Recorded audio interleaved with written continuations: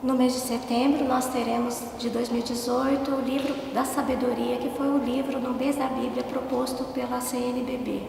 Nós teremos, então, 3 encontros, né? Hoje será dada a introdução e os primeiros 6 capítulos. Depois, nós teremos mais 2 encontros. Então, vamos lá. O livro da sabedoria faz parte da literatura sapiencial da Bíblia, né? É a sabedoria que veio do povo, que veio do pisar do chão da história. A Bíblia hebraica, ela é conhecida por 46 livros, a Torá, que são o que a gente conhece hoje como Pentateuco, Nebim, né, que são os profetas, e Ketubim, que são os escritos, né? Ao longo dos séculos, depois da diáspora judaica, a população, o povo, depois da diáspora judaica, né, pela bacia do Mediterrâneo, muitos israelitas já não falavam mais o hebraico, né? A língua, depois do Império Macedônico, a língua mais falada da época era o grego. Então, nos séculos III e II antes de Cristo, 70 sábios judeus traduziram para a língua grega esses textos, todos escritos em hebraico. Essa tradução ficou conhecida como a Septuaginta ou a 70. Ao longo dos 2 últimos séculos antes da era cristã, foram escritos mais 7 livros em língua grega, né? E esses 7 livros foram acrescentados à Septuaginta. São eles Judite, Tobias, 1º e 2º Macabeus, Baruch, o Eclesiástico ou Sirácida e o Livro da Sabedoria. O Livro da Sabedoria, então, seria o livro mais recente a entrar no Primeiro Testamento. Depois, São Jerônimo traduziu a Septuaginta para o latim, a versão que ficou mais conhecida na posteridade como Vulgata. Então, nós temos 2 cânos, né? O cânon palestinense, que foi o cânon depois do Concílio de Jâmia, onde rabinos, pelo uso, né, ratificado ao longo dos séculos nas sinagogas, né, foram selecionados para fazer parte do cânon da Bíblia hebraica, os 46 livros, né? E essa reunião em Jâmia aconteceu no 1º século depois de Cristo. E o cânon alexandrino, que são todos os livros da 70, inclusive os textos gregos. Os padres da igreja, já do 1º século ao 3º século depois de Cristo, eles já faziam comentários sobre o livro da sabedoria. A canonicidade do livro foi atestada nos concílios de Hipona e nos 2 concílios de Cartago, no século IV e V depois de Cristo. Mas a declaração solene do Concílio de Trento, em 1456, é que foi fechado o cânon da Bíblia cristã, né? São os primeiros 46 livros do Primeiro Testamento, né? E o Segundo Testamento com 27 livros. Então, a diferença da Bíblia católica para a Bíblia protestante é essa: são esses 7 livros que fizeram parte do cânon alexandrino, né? Nós, católicos, consideramos canônicos esses livros. A Bíblia protestante tem 66 livros e Lutero retirou os textos gregos do cânon do Primeiro Testamento. Então, esses 7 livros são chamados deuterocanônicos. Então, vamos lá, o Livro da Sabedoria, né? O provável local de origem foi Alexandria, no Egito, era um centro da ciência da época, enquanto Atenas ainda era o centro filosófico, o centro de investigação científica das ciências, por causa, inclusive, da biblioteca lendária, né, de Alexandria. Era um centro cosmopolita que atraía sábios do mundo inteiro, né? A Alexandria foi fundada por Alexandre, que faleceu em 323 a.C. O provável local de origem do Livro da Sabedoria é Alexandria, no Egito. Essa cidade era um grande centro cosmopolita, é uma cidade que foi fundada por Alexandre o Grande, que faleceu em 323 a.C. No ano 30 a.C., essa cidade passou, o Egito passou do domínio grego para o domínio do Império Romano. Então, o livro provavelmente é na transição do período grego para o período romano no Egito. Provavelmente, grego é a língua original do livro da sabedoria, mas em escavações de uma antiga sinagoga na cidade, foi descoberto um trecho do livro da sabedoria escrito em hebraico. Talvez, então, parte pode ter sido escrita originariamente em hebraico, mas isso não é consenso entre os estudiosos. E a data é a primeira metade do século antes de Cristo. Embora atribuído, como toda a literatura sapiencial, ao rei Salomão, não é possível, porque o rei Salomão viveu muitas centenas de anos antes da provável data do livro da sabedoria. Provavelmente foi escrito por um sábio anônimo judeu, muito culto, conhecedor do hebraico, fluente em língua grega e que tinha grande cultura, grande conhecimento das tradições do seu povo e também da filosofia helenística. O contexto histórico. Então, Alexandria era a capital do reino ptolomaico. Depois que Alexandre o Grande faleceu, os seus generais partilharam o império, Então, ficou a cargo dos Ptolomeus a parte relativa ao Egito e parte da Palestina. A população judaica era 1/3 da população livre daquela cidade, que tinha quase de 300 a 600 mil habitantes, além de 600 mil escravos. A população judaica, ela tinha certos privilégios, ela não era considerada escrava, eles podiam ser empregados como contadores de impostos e também poderiam fazer parte como mercenários no exército do rei Ptolomeu. Mas, no período romano, a comunidade judaica sofreu perseguições, passou a ter a cobrança de imposto por cabeça, que era a laografia, porque ela não tinha direitos plenos de cidadania do império, e eles não puderam mais ser contratados como contadores de impostos, somente os gregos poderiam exercer essa função, e também não poderiam mais entrar como mercenários no exército do exército romano. Qual que era o contexto cultural? No contexto cultural havia um choque entre a visão tradicional hebraica e a exposição a uma nova visão de mundo, do mundo helenístico. Qual que era a visão tradicional judaica? Era o monoteísmo ético, com normas de conduta baseado na solidariedade, na observância da lei judaica, uma crença na criação do mundo a partir de Deus e Deus fazendo parte fora do mundo criado, uma unidade corpo-alma. Então, uma pessoa era um corpo animado. Quando a pessoa morria, essa pessoa deixava de existir. E no humanismo não existia o conceito da separação, da dualidade entre corpo e alma. O humanismo teocêntrico judaico. O ser humano tinha um lugar especial dentro da criação. O ser humano foi chamado a ser guardião da criação por Deus. E a teologia da retribuição, que mais tarde nós vamos falar com mais detalhes. Essa era a visão tradicional judaica. A visão helenística envolvia tanto no Egito como do mundo grego o politeísmo, com as suas religiões mistéricas, fazendo parte de fraternidade, com ritos relacionados aos ciclos da natureza, as filosofias seculares.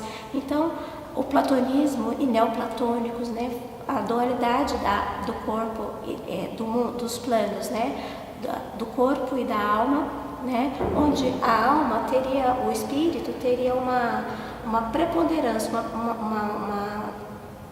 uma valorização em relação ao corpo. O corpo seria um atraso para o espírito. E, na verdade, o espírito seria, segundo Platão, aprisionado dentro do corpo. E pela filosofia, pela busca do conhecimento, esse espírito se elevaria e se libertaria da prisão do corpo.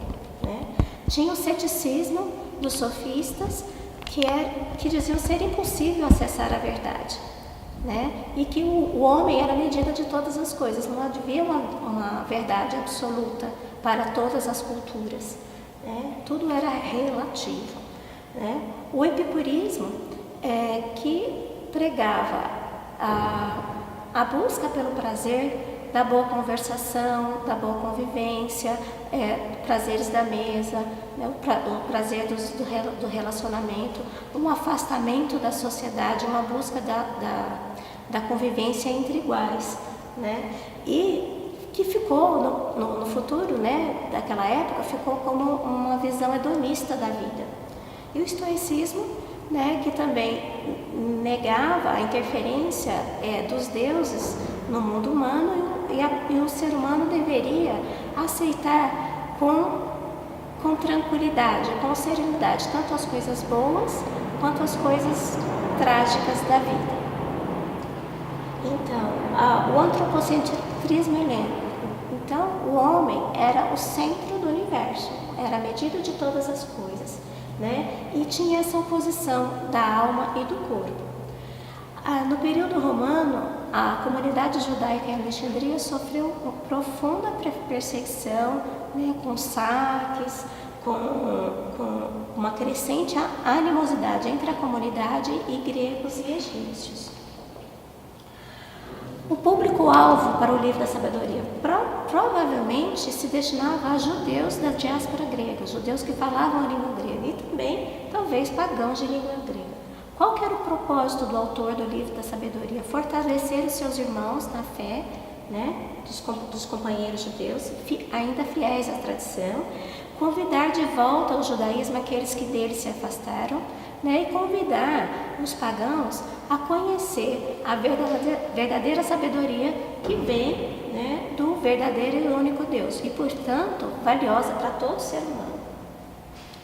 Então, a gente vai propor nesses 3 encontros a seguinte divisão, né, do capítulo 1, do 1º ao 6º, né, que tem como tema a sabedoria como norma de vida. Depois, no 2º encontro, né, do capítulo 6, metade do capítulo 6 até metade do capítulo 9, né, a sabedoria em si mesma. E no 3º encontro, a sabedoria na história da salvação, até o 19º capítulo. Então, vamos lá.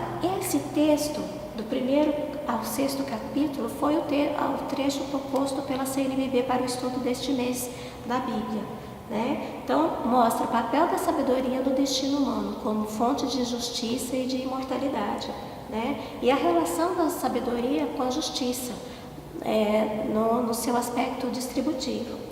Então, fazendo parte da estrutura clássica, né, da poesia hebraica, era como se fosse o texto fosse como fosse um sanduíche, né, onde o 1º capítulo conversa com o 6º, onde o 2º capítulo conversa com o 5º e o 3º e o 4º capítulo formassem uma unidade, né? Essa dialética é chamada de quiasma, né? Então, o primeiro trecho é o capítulo 1º, né, até o 6º, e fala do elogio da sabedoria. Então, no primeiro trecho do capítulo 1, versículos de 1 a 15, né, tem como temática o amor que brota da reflexão sobre Deus. Então, é uma exortação aos poderosos da terra, aos governantes, a amar a justiça e buscar a Deus com simplicidade de coração. Isso seria a garantia da instrução pela sabedoria, que é um dom divino cedido por Deus, né, à humanidade. No capítulo 6, ele também se destina a esse mesmo público, os governantes, os reis, os soberanos, os poderosos da terra, né? E afirma que quem se deixa instruir pela sabedoria vai por um caminho reto e seguro, não se desvia da verdade e do bem, né? E o justo, então, por seguir este caminho reto e seguro, ele pode ter a esperança de descansar em Deus. Os poderosos serão julgados conforme a justiça que promoveram aqui na terra, né? Então, o verdadeiro poder, o livro deixa bem claro, que pertence somente a Deus, né? E os detentores do poder temporário aqui na terra, eles têm que procurar sabedoria para gerir, né, os seus seguidores. Então, eu queria só ilustrar com textos, né, esse pensamento, né? O primeiro versículo do livro é este: amai a justiça, vós que julgais a terra. Pensai no Senhor com retidão, procurai-o com simplicidade de coração, porque ele se deixa encontrar por aqueles que não o tentam. Ele se revela aos que não lhe recusam a fé. A sabedoria é um espírito amigo do homem. Então seria incompatível com a busca de Deus o orgulho, a falta de confiança na providência divina, né? Aquele que põe à prova o poder de Deus ou o próprio Deus, aquele que pensa com malícia, seus pensamentos tortuosos, que tramam a maldade, né? E que sujeitam o corpo ao pecado. Isso seria incompatível com a sabedoria. A sabedoria no livro, ela recebe características pessoais como se fosse uma personificação, né? E ela é identificada com o Espírito do Senhor, né? E ela foge dos insensatos e dos injustos. A sabedoria se doa a quem busca. Então, já no capítulo 6, que faz esse contraponto com o primeiro capítulo, o autor volta a conversar, volta a dialogar com os poderosos da terra, já trazendo um aspecto do julgamento. Olha só: escutai, reis, e entendei, instruí-vos, juízes, dos confins da terra. O domínio vos vem do Senhor, e o poder do Altíssimo, que examinará as vossas obras e perscrutará vossos desejos. Ao pequeno, por piedade, se perdoa, mas aos poderosos serão provados com rigor. Pois o Senhor do universo a ninguém teme. Não se deixe impressionar pela grandeza. Pequenos e grandes, foi Ele que os fez. Com todos se preocupa por igual, mas aos poderosos reserva um julgamento severo. A vós, portanto, soberanos, me dirijo, para que aprendais a ser sábios e que não pequeis. Santos serão os que santamente observam as coisas santas, e os que as aprendem encontrarão quem os defenda. Ansiai, pois, por minhas palavras, desejai-as e recebei a instrução. Ela, a sabedoria mesma, se dá a conhecer aos que a desejam. Então agora a gente vai falar os capítulos 2 e 5, né? Que fala da acusação aos que o autor considera ímpios ou insensatos, ou adversários da fé, né? Então tem dois discursos atribuídos aos ímpios, né? O primeiro discurso traz um raciocínio do ímpio como que se a vida fosse muito curta, não valesse a pena ser ético, né? Portanto, comamos e bebamos que amanhã morreremos, a vida é um vale tudo, e portanto ele prega, por conta da fugacidade da vida, um desrespeito a quem é considerado fraco na sociedade. Então, desrespeito às viúvas, aos pobres e aos anciãos, né? E ele traz um julgamento do agir, do estilo de vida do justo, que com o seu próprio existir traz a lembrança do agir errado do insensato e do ímpio. Vamos ler aqui um exemplo. Dizem entre si, em seus raciocínios falsos: breve e triste é a nossa vida. Não se conhece quem tenha voltado do Hades. Nós nascemos do acaso e logo passaremos como quem não existiu. Com o tempo, o nosso nome cairá no esquecimento e ninguém se lembrará de nossas obras. Vinde, pois, desfrutar dos bens presentes e gozar das criaturas, com ânsia juvenil. Nenhum prado ficará sem nossa orgia, pois esta será a nossa porção. Oprimamos o justo pobre, não poupemos a viúva, nem respeitemos as velhas cãs do ancião. Que a nossa força seja a lei da justiça, pois o fraco com certeza é inútil. A gente vê reflexos desse pensamento no mundo de hoje, né? E a contrapartida é a resposta desses mesmos ímpios, desses mesmos perversos no juízo final, né? Após a morte, eles ficam aterrorizados, estarrecidos ao ver a exaltação e a salvação, o triunfo do justo após a morte física. Quando forem prestar contas de seus pecados, virão os ímpios cheios de terror, e seus delitos os acusarão frontalmente. De pé, porém, estará o justo, em segurança, na presença dos que o oprimiram e dos que desprezaram seus sofrimentos. Este é aquele de quem outrora nos ríamos, de quem fizemos alvo de ultraje, nós, insensatos. Como agora o contam como filhos de Deus e partilha da sorte dos santos. Então, nesse momento, o autor leva a reflexão sobre a atuação, os atos dos perversos, dos injustos, né? E refuta os argumentos deles. Por isso que a conclusão do autor é que vale a pena ser justo. Esta é o paradoxo entre os justos e os ímpios que é mostrado nos capítulos 3 e 4. Né? Ele reflete sobre a concepção da morte e da vida a partir da crença no Deus único e verdadeiro, que é criador da vida e preservador dos viventes, né? E que o destino último e o sentido da vida para cada ser humano é estar nas mãos de Deus. Esse Deus que conhece os nossos pensamentos e intenções e que vê tudo, né? Deus reconhece quem é digno de si e os seus critérios não são os do mundo. Então, nesse trecho agora, né, o autor faz uma reflexão sobre a teologia da retribuição, ou sobre os conflitos que ela parecia trazer, né? E assim, por quê? A grande angústia era como que os ímpios, os perversos prosperam e os justos sofrem. Como e onde Deus reparte a justiça? Qual que era a visão tradicional da comunidade judaica?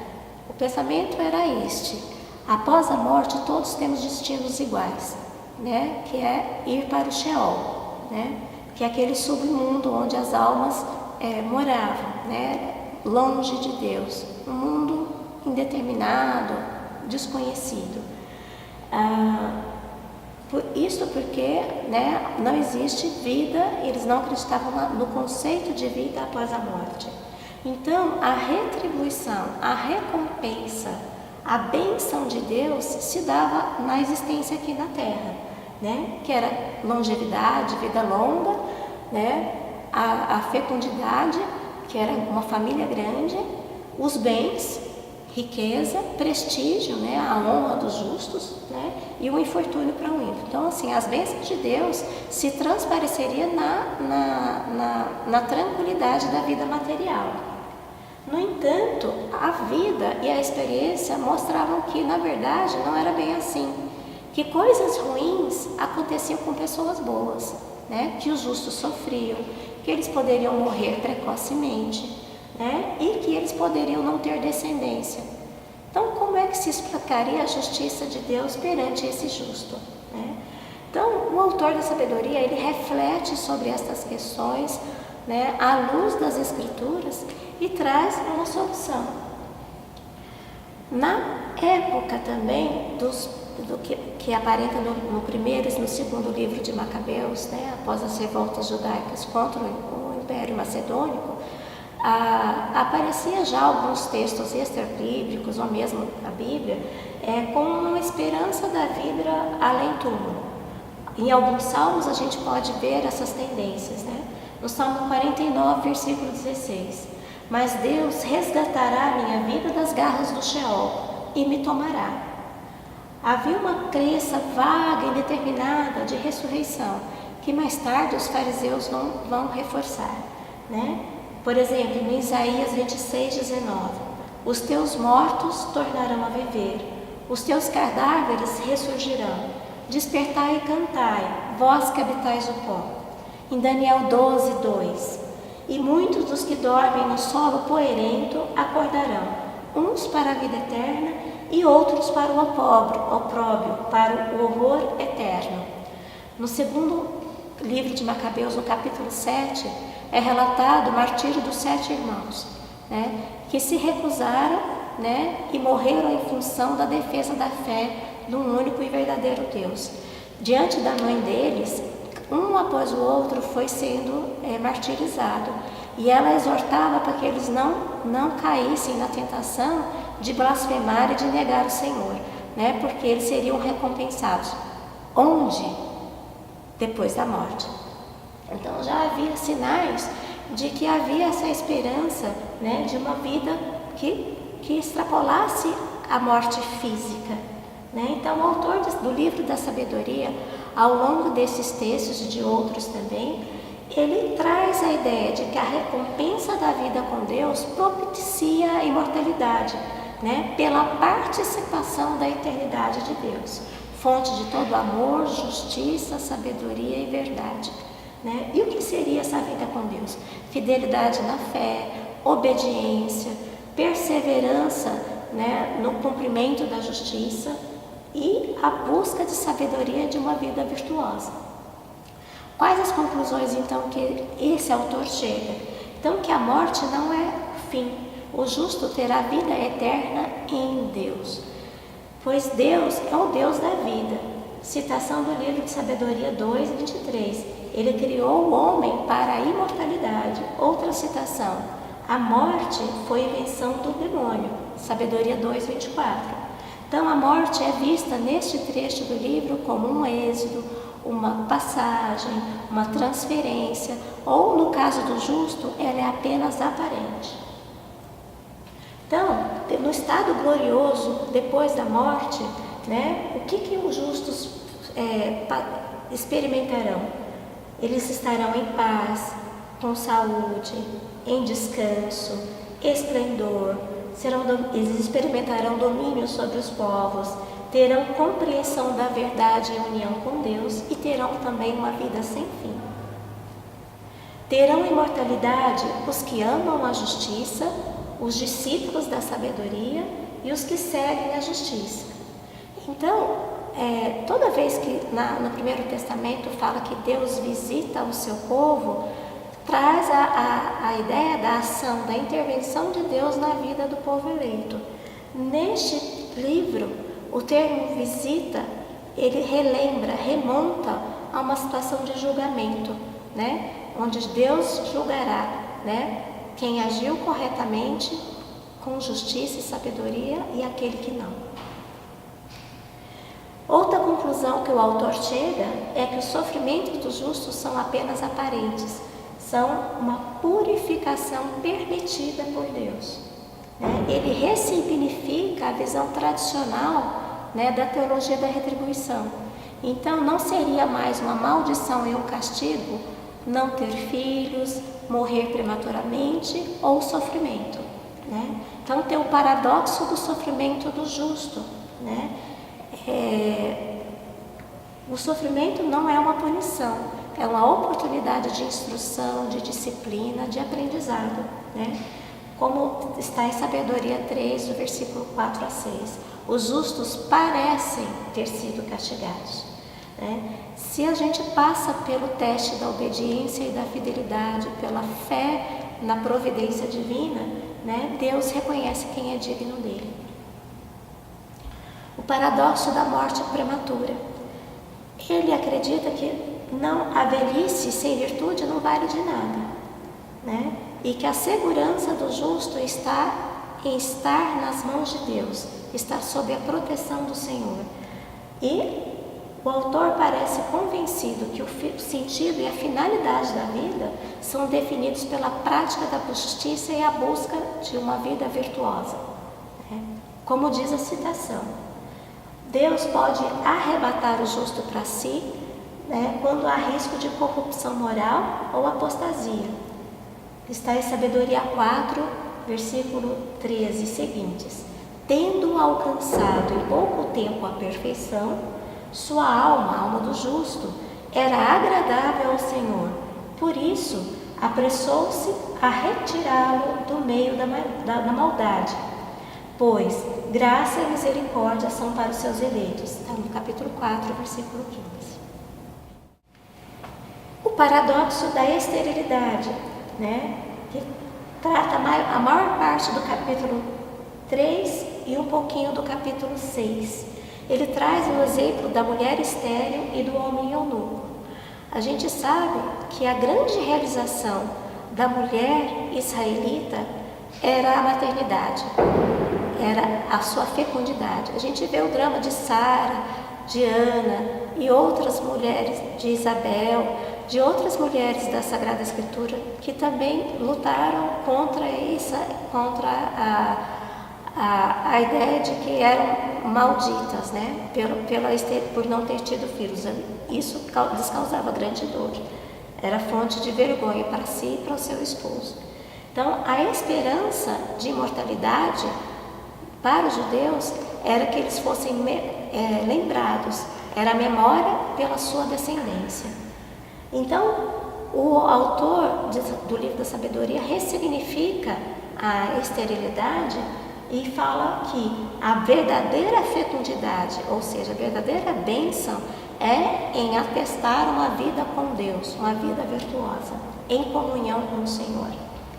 Segundo Sabedoria 4, versículo 1, é preferível a falta de filhos, tendo a virtude, pois na memória desta há a imortalidade. Ela é reconhecida junto de Deus e ao povo. O homem eunuco, ou por acidente ou por ofício, né? A gente sabe que o eunuco eram os guardiães do harém do rei e também podiam trabalhar como contabilistas, né? E recebiam bem para isso. Então, mas como a mulher estéril, eles estariam fora da misericórdia de Deus, porque eles não garantiriam para si a imortalidade, a memória através da sua descendência. Então, Deus ressignifica o seguinte: não adianta ter muitos filhos se você não passa bons exemplos de fidelidade a Deus, né, e de uma vida virtuosa. Então, o pecado e a injustiça afastam o espírito da sabedoria. Isso impediria que a pessoa procurasse ser justa, procurasse ser benevolente. E o ímpio e o perverso não conseguiriam garantir à sua descendência bons exemplos de vida virtuosa com Deus, né? Eles não seriam exemplo de fidelidade com Deus. E isso condenaria a sua descendência, né? Então, hoje nós terminamos essa parte do livro, né? Que é do capítulo 1 ao capítulo 6, a sabedoria como norma de vida. E esperamos que vocês tenham gostado, né? Na próxima a gente vai ter mais os demais trechos.